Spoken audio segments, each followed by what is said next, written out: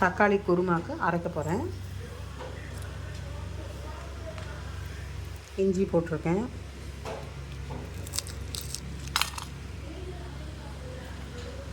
மிளகா,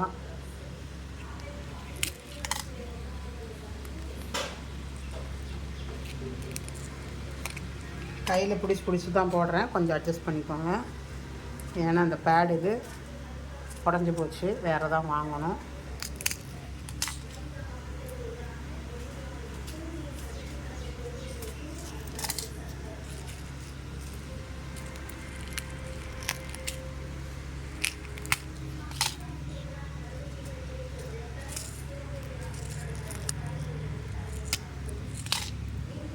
ஆறு மிளகா போட்டிருக்கேன். பூண்டு வேணால் பூண்டு போட்டுக்கலாம், நான் பூண்டு போட மாட்டேன், எனக்கு பூண்டு பிடிக்காது.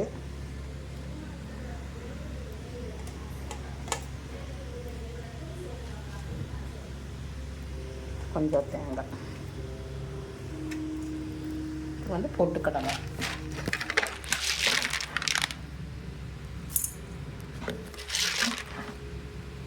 அவ்வளோதான், இதை அரைச்சிட்டு வந்துடுறேன். வந்து குருமாக்கு என்னென்ன வதக்குறேன்னு பாருங்கள்.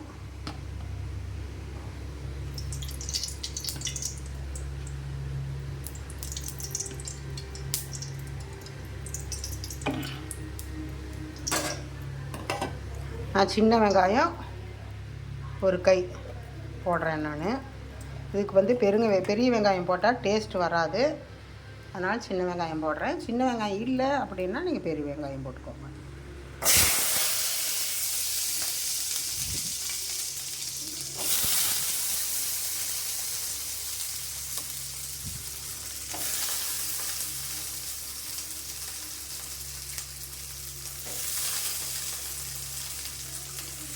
வந்து நல்லா வதக்கிக்கலாம்.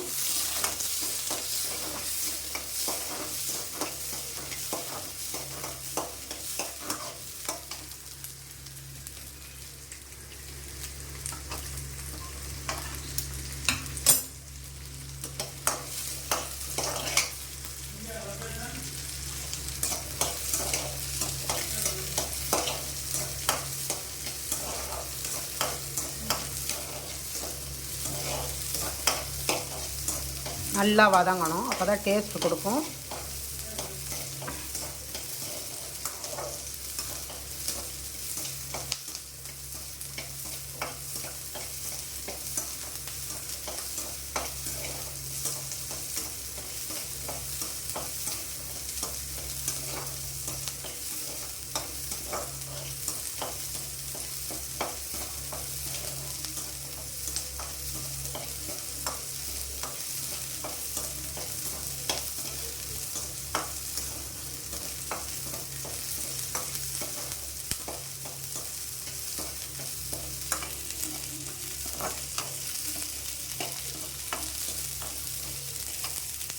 வெங்காயம் வதக்கியாச்சு, இப்போ வந்து தக்காளி வதக்கிக்கலாம்.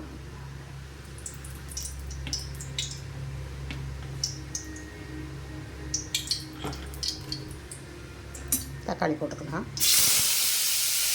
நான் வந்து சின்ன பழமாக இருக்கிறதுனா 4 தக்காளி போட்டிருக்கேன். இது நல்லா வதங்கணும்.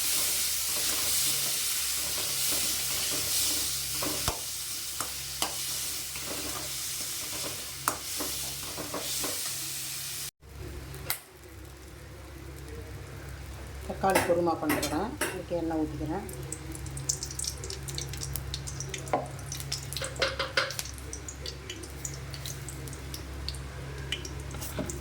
கடுகு,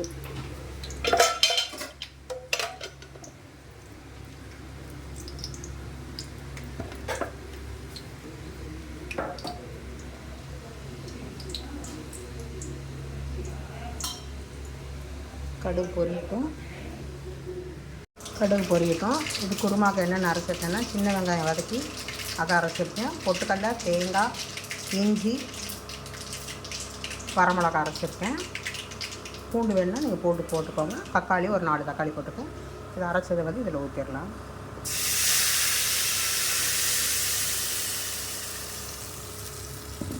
உப்பெல்லாம் போட்டுட்டேன்.